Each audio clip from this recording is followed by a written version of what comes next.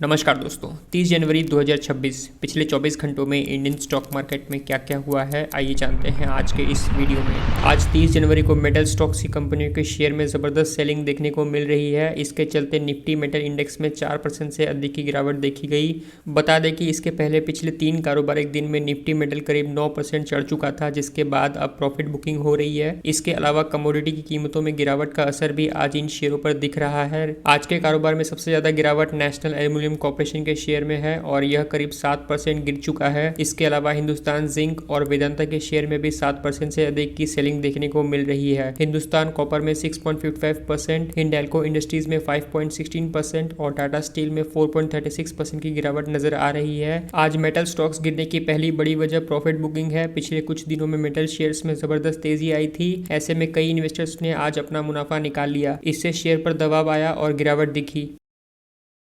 Food delivery और quick commerce platform Swiggy के share में शुक्रवार को बड़ी सेलिंग देखने को मिल रही है। कंपनी द्वारा वित्तीय वर्ष 2025-26 की तीसरी तिमाही के नतीजे अनाउंस करने के बाद इन्वेस्टर्स ने जमकर सेलिंग की, जिससे शेयर के दाम में करीब 8% तक की सेलिंग देखने को मिली। कंपनी का घाटा पिछले साल के मुकाबले काफी बढ़ गया है, जिसकी वजह से बाजार में निराशा का माहौल बना हुआ है। हालांकि कंपनी ने अपने रेवेन्यू में अच्छी बढ़त दिखाई है, लेकिन मुनाफे ने इन्वेस्टर्स के भरोसे को कमजोर किया है। फिलहाल शेयर अपने रिकॉर्ड स्तर से काफी नीचे कारोबार कर रहा है, जिससे उन लोगों की चिंता बढ़ गई है जिन्होंने हाल ही में इस शेयर में इन्वेस्ट किया था। कंपनी ने फाइलिंग में बताया कि अक्टूबर से दिसंबर की तिमाही में उनका कंसोलिडेटेड शुद्ध घाटा बढ़कर 1065 करोड़ रुपए हो गया है। पिछले साल इसी तिमाही में कंपनी को 799 करोड़ रुपए का नुकसान हुआ था। हालांकि रेवेन्यू में कंपनी ने बेहतर प्रदर्शन किया है। सालाना आधार पर करीब 54% की बढ़त के साथ 6148 करोड़ रुपए पर पहुंच गया। फूड डिलीवरी सेगमेंट से मिलने वाले रेवेन्यू में 24.67% की बढ़त हुई है।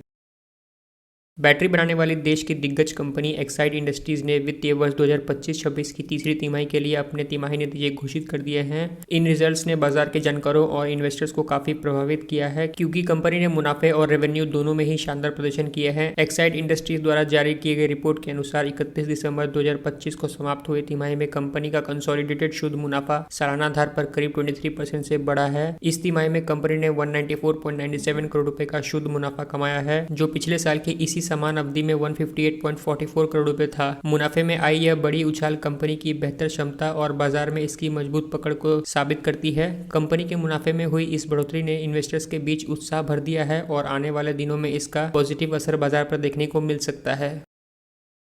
अडानी ग्रुप की प्रमुख कंपनी अंबुजा सीमेंट्स लिमिटेड ने 30 जनवरी को दिसंबर में समाप्त हुई तिमाही के रिजल्ट्स अनाउंस कर दिए हैं। कंपनी द्वारा जारी किए गए इन आंकड़ों में रेवेन्यू और मुनाफे के बीच एक बहुत बड़ा डिफरेंस देखने को मिल रहा है। जहां एक तरफ कंपनी की रेवेन्यू में जोरदार बढ़ोतरी दर्ज की गई, वहीं दूसरी तरफ मुनाफे के आंकड़ों में भारी गिरावट आई है। अंबुजा सीमेंट्स के प्रदर्शन पर बढ़ते हुए ऑपरेटिंग खर्चा और नए सरकारी नियमों के लागू होने का गहरा असर साफ तौर पर देखने को मिल रहा है। दिसंबर तिमाही के दौरान अंबुजा सीमेंट्स के कंसोलिडेटेड शुद्ध मुनाफे में सालाना आधार पर 86% की भारी गिरावट दर्ज की गई। कंपनी ने जानकारी दी है कि इस तिमाही में उनका शुद्ध मुनाफा घटकर 367 करोड़ रुपए रहा। अगर पिछले साल की इसी समान अवधि से इसकी तुलना की जाए तो उस समय कंपनी ने 2663 करोड़ रुपए का शानदार मुनाफा कमाया था। मुनाफे में आई इतनी बड़ी कमी का मुख्य कारण बाहरी खर्चों को माना जा रहा है। कंपनी के मुनाफे पर पड़े इस नेगेटिव असर ने इन्वेस्टर्स को चिंता में डाल दिया है।